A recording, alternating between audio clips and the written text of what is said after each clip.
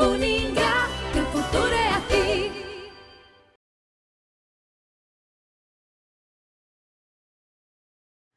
Olá, pessoal. Chegamos à parte final da unidade 4, a terceira parte, e também a nossa última aula. Ainda falamos, então, da teologia e vida eclesial. Precisamente, vocês precisam entender e lembrar e realmente apreender o que esta frase ela significa. As ideias de Deus estão sempre articuladas com uma realidade social. Toda e qualquer teologia é contextualizada. Toda e qualquer teologia é produzida em uma igreja situada em uma sociedade determinada. Vivemos na América Latina e no Caribe, em uma sociedade caracterizada pela dominação, exclusão e pelo conflito de interesses opostos. A teologia feita neste contexto, ela tem sempre uma destinação política. Ora, as ideias teológicas reforçam a dominação e a exclusão, ora fortalecem as lutas de libertação, mas sempre num contexto social. A teologia da libertação, ela ousou e ousa se posicionar neste conflito a partir dos pobres, das vítimas, e trouxe um grande avanço na percepção de como atuar da igreja. Deste modo, mesmo sofrendo críticas no interior da instituição eclesial e perseguições no âmbito da sociedade, ela trabalha com certa autonomia relativa à autonomia, a teologia contribuindo para a mudança social. A teologia produzida a partir da perspectiva do pobre, do excluído, ela tem reforçado as lutas que buscam transformar a sociedade. Deste modo, a teologia ela pode ser compreendida como um produto social, mas, ao mesmo tempo, ela é produtora da sociedade. Ela articula em seu seio a realidade e sentido da vida, da evangelização, da libertação.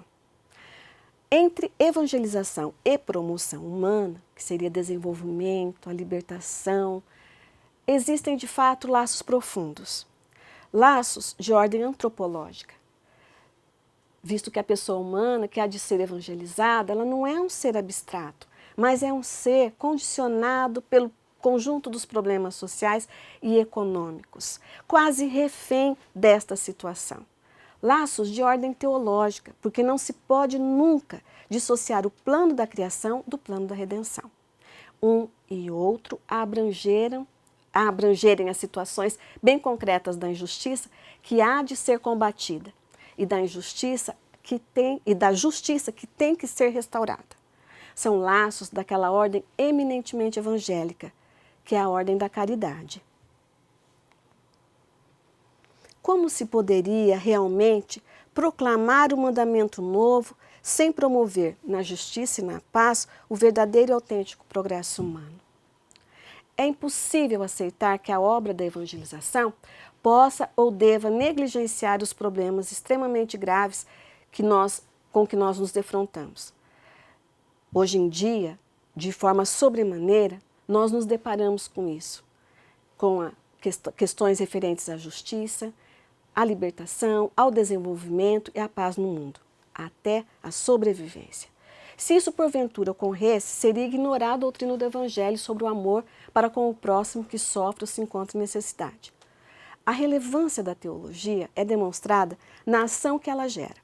Não se faz teologia que se quer, mas aquela que é possível, pois no fazer teológico há uma estrutura objetiva das relações sociais que independem da vontade do teólogo e da teóloga. Vamos lembrar que nós estamos inseridos nessa condição.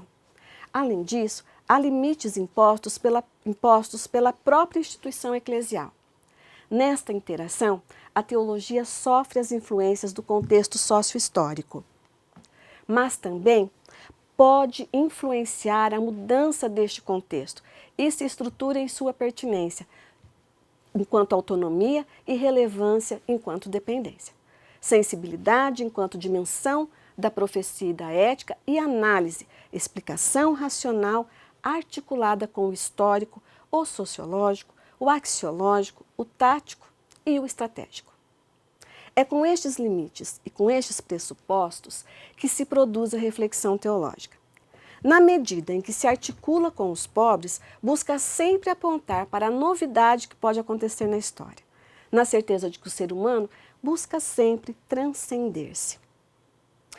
O ser humano busca uma realidade para além da presente situação. Isto indica que a utopia parece fazer parte da condição humana. Nós estamos sempre procurando esse ideal. Negar a utopia é negar a própria condição humana.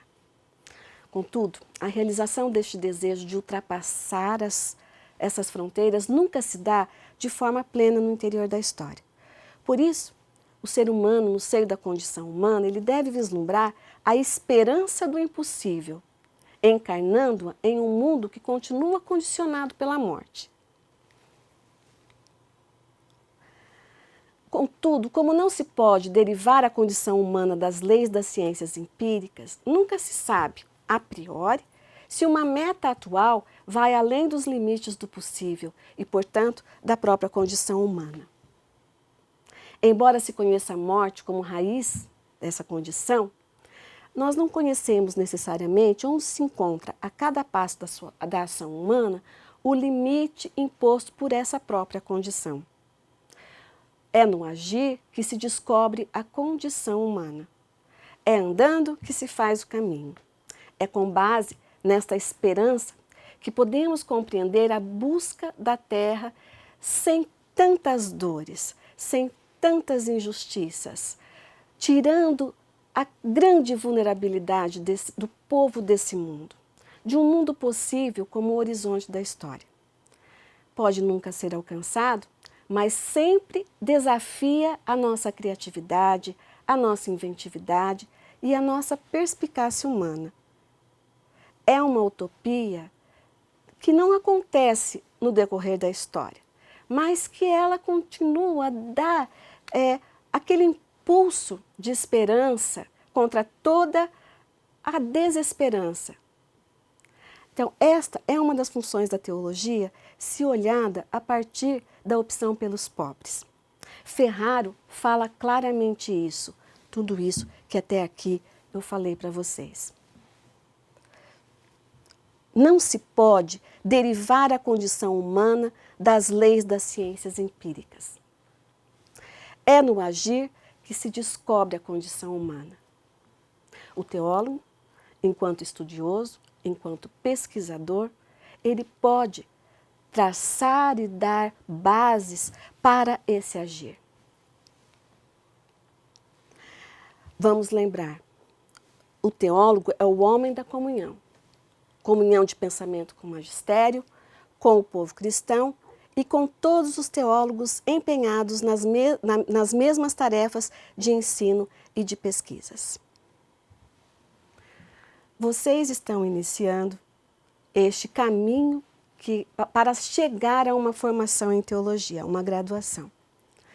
Ter em vista sempre que a prática teológica ela tem que estar sendo desenvolvida dentro do real da comunidade é um objetivo que vocês devem alcançar, buscar e alcançar. A eclesialidade, a prática na igreja, né, ela tem que estar associada ao seu estudo. Nós vimos que numa construção histórica, a teologia ela foi tomando uma forma muito mais próxima da pessoa humana, das suas vicissitudes, das suas dificuldades, buscando dar base para combater a injustiça, a pobreza, para diminuir a vulnerabilidade dos vulnerados. Nós vivemos, como disse anteriormente, em um país periférico, onde a teologia ela não pode se situar dentro da academia somente. Ela tem que ser uma prática viva dentro da comunidade. Diante disso, ciência e comunidade se aproximam. Ciência teológica faz sentido na comunidade a partir do momento que a linguagem teológica, que que tem um significado interpretado através da hermenêutica da palavra de Deus, ela faz sentido nessa comunidade. Ficar somente na academia não significa você praticar ou realizar a teologia no seu todo. Com isso, nós encerramos essa terceira parte, o final das nossas aulas. Tenham sempre em mente, a teologia é ciência, a teologia é prática, a teologia ela é contextualizada. A teologia vive dentro da comunidade. Até mais.